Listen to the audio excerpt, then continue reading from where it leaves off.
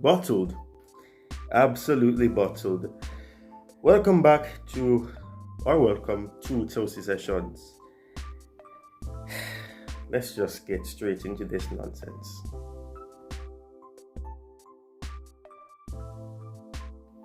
Okay, so Chelsea bottled it. They absolutely bottled it. And in a very embarrassing way. Very late as well. You know, Chelsea were leading 2-0 through a penalty, which was won, I would say, by Cole Palmer. You know, Saliba's hand was in an unnatural position. And I know it would be controversial to somebody. It was a penalty. His hand was in an unnatural position. You don't need to jump with your hand like this. So therefore, it's a penalty. Unnatural position. The ball hits his hand. It's a penalty. Simple as that. And you know, sometimes people say it is unfortunate, it's kind of unfair because sometimes things just happen and you don't intend for your hand to be raised and do it. But you know, the way that it looked, it gives you the impression that you know, it should be a penalty, and therefore it was given as a penalty. So 15 minutes, Cole Palmer scores. Chelsea had a lot of pressure on Arsenal. They kept pushing them, and they kept playing the ball in their half, in the first half. And you know, they were rewarded with a penalty. Cole Palmer slots it calmly into the left side, right side of the goalkeeper.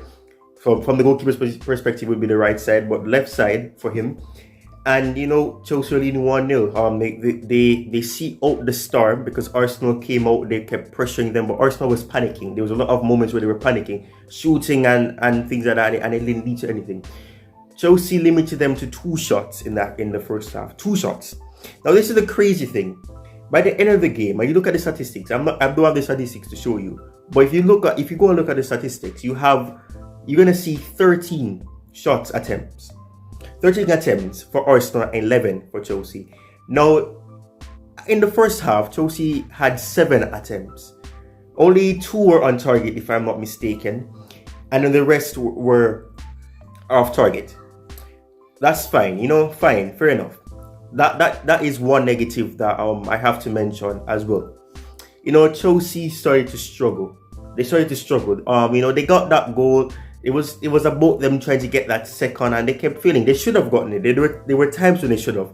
Cole Palmer had an opportunity in the first half as well. It was very close. It was a brilliant teamwork between him and Gallagher.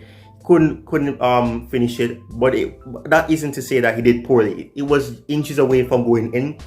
Raya was not going to stop it as well. I don't think he would have gotten there in time. It would have been 2-0. But, you know, this is not on Cole Palmer. Cole Palmer did well. He created a lot of opportunities.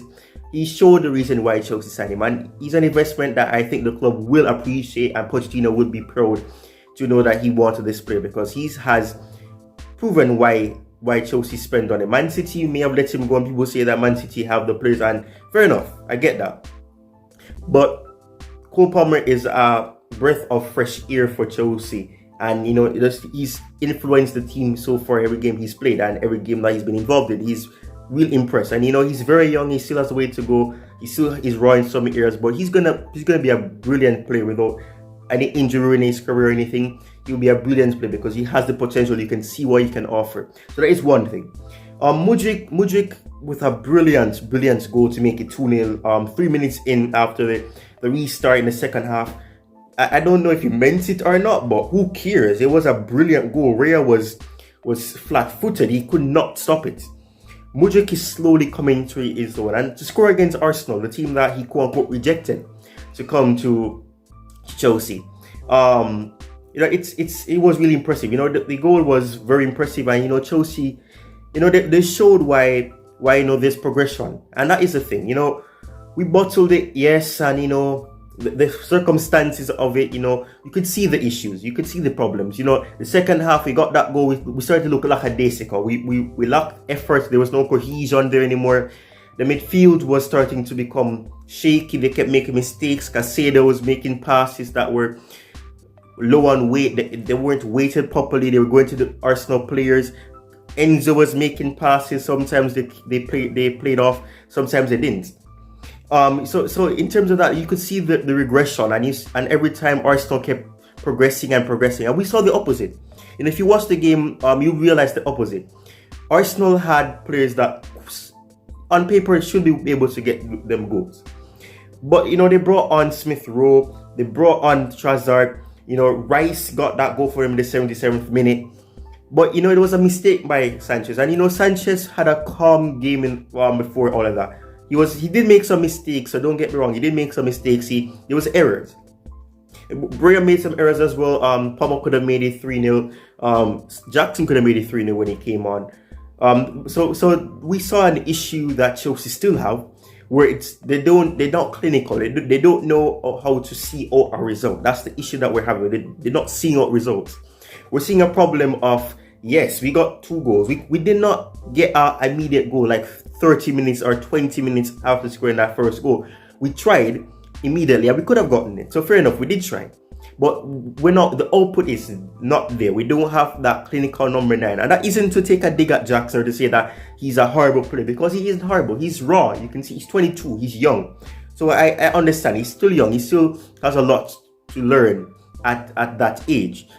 But he's not that clinical player. You need someone who's experienced, somebody that will, make the right decisions consistently. It doesn't mean that they're going to make the right decision every time, because no player makes the best decision all the time. They'll make mistakes. But if you have an experienced player, some of the things that Jackson was doing, they would not have done that. That opportunity that Sterling created for him, and fair enough, Jackson did make himself available. He ran into space. He timed his run perfectly. And, he made the wrong choice. He tried to go around Raya rather than to take a shot or try to cut it back onto his left or do something like that. He did the wrong thing. And, the little poor touch caused him to lose the ball, and Raya was able to grasp it. But, what I can see, and even though we drew this game, I don't want it to look as if we lost. We bottled it, and it does feel like a loss.